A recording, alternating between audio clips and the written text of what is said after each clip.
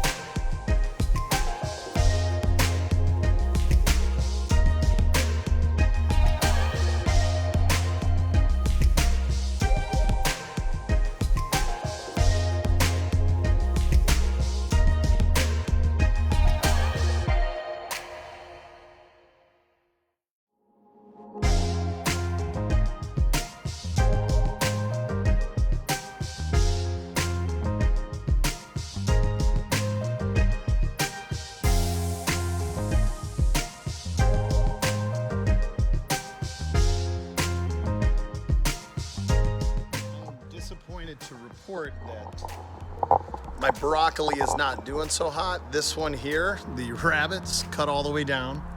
There was just a floret left on the top, so I cut that loose. These are doing okay, but you can see the leaves are taking a lot of damage. The ones that I planted on the other side of the fire pit, however, these ones are popping. That I am encouraged by. The only thing I am a little discouraged by is planted those in, I think I planted them in October. Now I planted a few more over here, and you can see there's no greenery there. Also planted some kale, so.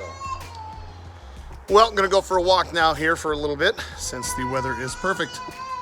Have fun.